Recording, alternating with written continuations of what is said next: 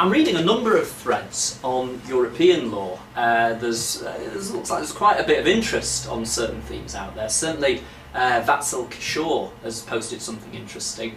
There also seems to be a developing discussion between Robert Boatwright, Stephen Cottinger and Fiona Marlies around similar themes. We are going to talk about these in a little more depth later on in this course, but I think I just wanted to really pull out some themes from this very, very interesting discussion. It does obviously, and of course, and this is there in what people are saying, it raises issues about the Constitution, the nature of the Constitution.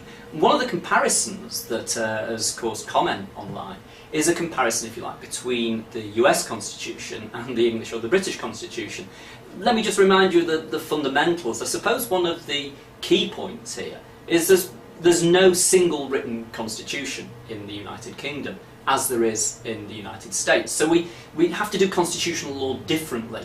If we had to talk about the European sources of constitutional law and thus sources of English law, our key point of reference, and I'll talk about this in the lecture, is the EC Act of 1972. Now, I don't want to use the technical language here, although I know that some people are familiar with the language of direct effect and what have you, but let me keep it at a reasonably general level.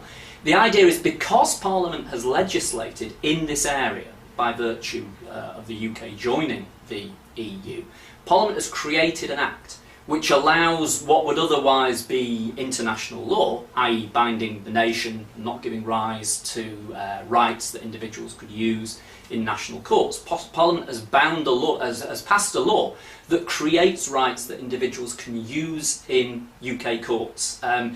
It involves discussion of sovereignty, which I will come to later on. My fundamental point here is, and again it's a basic point, but it's a good point, explains more or less everything that we're concerned with here, is that EU law has effect in British law, in UK law, because Parliament has said so, because Parliament has passed an act saying that EU law creates rights in British courts.